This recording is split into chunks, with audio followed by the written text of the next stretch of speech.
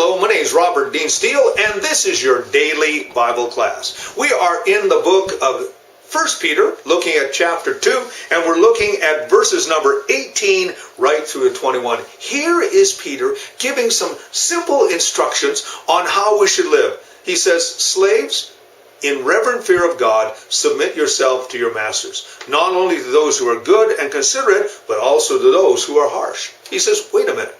Now, folks, obviously in those days, almost 3/4 of all Christians were slaves. It was a message of freedom. Can you imagine being in bondage? Can you imagine someone comes to you and says, listen, you can't get out of the market where you are, but we can offer you a message that can set you free spiritually. Well, I want to tell you something. You're going to grab onto it. And so he says, listen, this is what you need to do. You need to be reverent and submit yourself to your masters. And this also has to do with employee and employer relationships. If you're an employee and God has given you a job, you need to do the very best job that you need to do.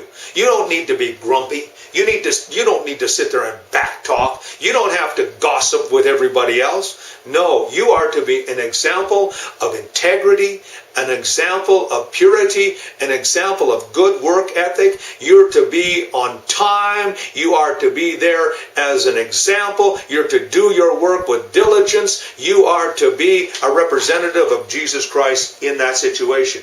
It is commendable if someone bears up under the pain of unjust suffering because they're conscious of God. He says you need to understand something. As a child of God, there are going to come times where you're going to be treated wrong.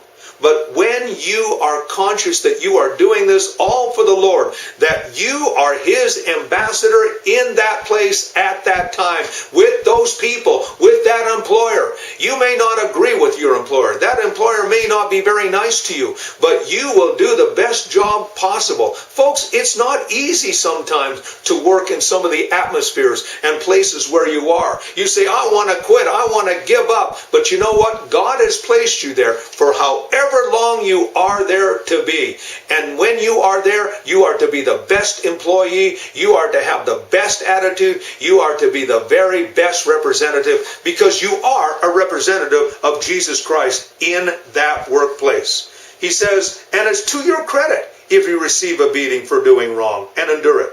But if you suffer for doing good and endure it, it's commendable before God. He says, listen, if you do wrong, he says, and you're beaten for it, hey, you deserve it. But if you're beaten or you're falsely accused or you're facing difficulty because you're doing this right, he says it's commendable because you're doing it for God.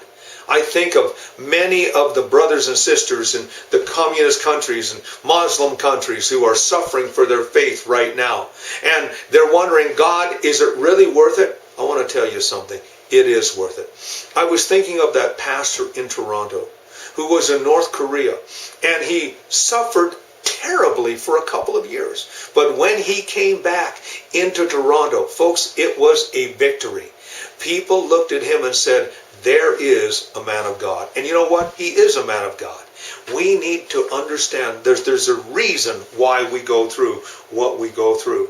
To this, he says, you were called. Why? Because Christ suffered for us. Jesus suffered the agony of the cross. I mean, he was reduced to human rubble.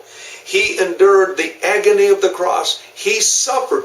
Why? So that you and I could have eternal life. Yes, we do suffer in this life. Yes, there are injustices. There are things that happen to us. Folks, I can tell you of dozens of times where I have been wrongly accused and have suffered injustices. But I've just simply smiled and said, God, I leave it over to you. You're the one who's going to defend. You are the one who's going to take care of all of those things. And you know what? I'm still here.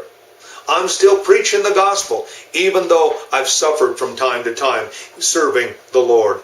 And you know what? He says, leaving you as an example, that you should follow in His steps. You know what? We've been called to follow in His steps. That's a wonderful thing to think about. You have been called to follow in the steps of the Lord.